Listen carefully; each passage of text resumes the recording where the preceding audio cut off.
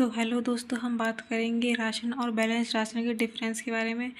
तो 24 घंटे में पशु पक्षियों को जो आहार दिया जाता है उसे ही हम क्या कहते हैं? राशन कहते हैं। और बैलेंस राशन किसे कहते हैं? वह आहार हो जिसमें सभी पोषक तत्व क्या होते हैं, सही अनुपात में और सही मात्रा में उपलब्ध होते हैं, वो बैलेंस्ड राशन होता है। और राशन जो होता है इसमें सभी पोषक तत्वों का संतुलित होना क्या है, ज़रूरी नहीं होता है। लेकिन बैलेंस्ड जो राशन होता है इसमें सभी पोषक तत्व जो होते हैं उचित मात्रा में मौजूद होते हैं। और राशन का जो उद्देश्य होता है पशु का पेट भरना और वो भूख शांत करना होता है। लेकिन बैलेंस राशन का जो उद्देश्य क्या होता है, शरीर का स्वास्थ्य बनाए रखना और अधिकतम उत्पादन प्राप्त करना। राशन जो होता है, राशन को खिलाने से उत्पादन क्षमता घट सकती है, लेकिन बैलेंस्ड राशन का प्रयोग करने से दुग्ध उत्पादन और अंडा उत्पादन में जो है वृद्धि होती है। तो हेलो दोस्तों, हम ड्राई रफ और ग्रीन रफ यानी सूखे और हरे चारे के बारे में बात करेंगे। तो सूखे चारे में नमी की मात्रा जो होती है कम होती है, यानी कि इसमें लगभग 10 से 15% पानी की जो है मात्रा होती है।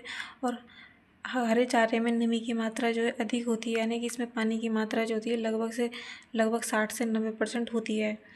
तो सूखा चारा होता है उसमें सूक्ष्म पदार्थ जो होते हैं अधिक होते हैं, क्योंकि ये सूखा होता है।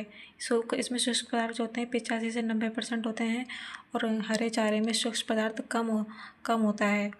इसमें 10 से 40% जो होता है सूक्ष्म पदार्थ होता है। और सूखा चारा जो होता है कम पाचक होता है, यानी कि कम पचता है। लेकिन जो हरा चारा जो होता है अधिक पाचक होता है। सूखा चारा स्वाद में भी क्या होता है, कम स्वादिष्ट होता है, लेकिन जो हरा चारा होता है वो स्वाद में जो है अधिक स्वादिष्ट होता है। सूखे चारे में जो होती है विटामिन ए की मात्रा बहुत कम होती है, लेकिन हरे चारे में विटामिन ए और खनिजों से क्या होता है, भरपूर होता है।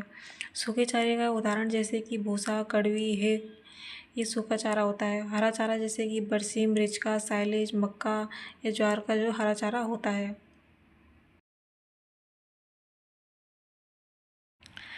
तो दोस्तों, अब हम बात करेंगे इन ब्रीडिंग और आउट ब्रीडिंग में क्या डिफरेंस होता है उसके बारे में। जब संबंधित नर और मादा पशुओं के बीच जो है प्रजनन कराया जाता है तो उसे अंतः प्रजनन कहते हैं। लेकिन जब हम असंबंधित नर और मादा पशुओं के बीच प्रजनन कराते हैं तो उसे हम बही प्रजनन कहते हैं। और जो अंतः प्रजनन होता है उनमें 4 से 6 पीढ़ियों तक जो होता है उनका आपस में क्या होता है, संबंध होता है। लेकिन जो बही प्रजनन होता है उनका जो है 4 से 6 पीढ़ी तक आपस में कोई भी संबंध नहीं होता है। और जो अंतः प्रजनन होता है वह नस्ल की शुद्धता को बनाए रखने के लिए क्या होता है, उपयोगी होता है। लेकिन बही प्रजनन जो होता है नई नस्लें विकसित करने में क्या होता है, उपयोगी होता है। और अंतः प्रजनन जो होता है संकररोच का लाभ उठाने हेतु उपयोगी नहीं है, लेकिन बही प्रजनन संकररोच का लाभ उठाने के लिए क्या है, उपयोगी होता है। अंतः प्रजनन के कुछ प्रकार होते हैं जैसे कि क्लोज ब्रीडिंग और लाइन ब्रीडिंग। और आउट ब्रीडिंग यानी कि बही प्रजनन के कुछ प्रकार 4 प्रकार होते हैं जैसे कि outcrossing, grading up, hybridization और क्रॉस ब्रीडिंग।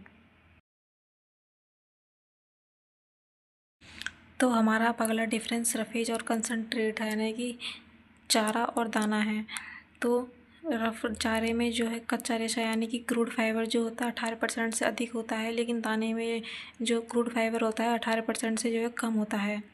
और रफेज इसमें कुल पाच्य तत्व यानी कि टोटल डाइजेस्टिव न्यूट्रिएंट जो होते हैं 60% से कम होते हैं, लेकिन दाने में टोटल डाइजेस्टिव न्यूट्रिएंट्स जो होते हैं 60% से अधिक होते हैं।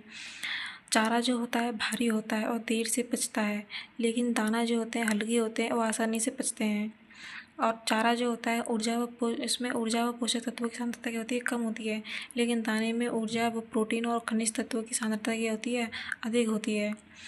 चारा खिलाने का उद्देश्य क्या होता है, पशुओं का पेट भरना और पाचन तंत्र को जो है स्वस्थ बनाए रखना।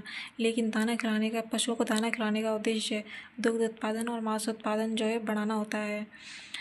चारे में जैसे 2 प्रकार के चारे आते हैं जैसे कि हरा चारा और सूखा चारा। और दाने में हम अनाज, गेहूँ, मक्का, जौ और खली यानी सरसों की खली और बिनोला ये काम में लेते हैं।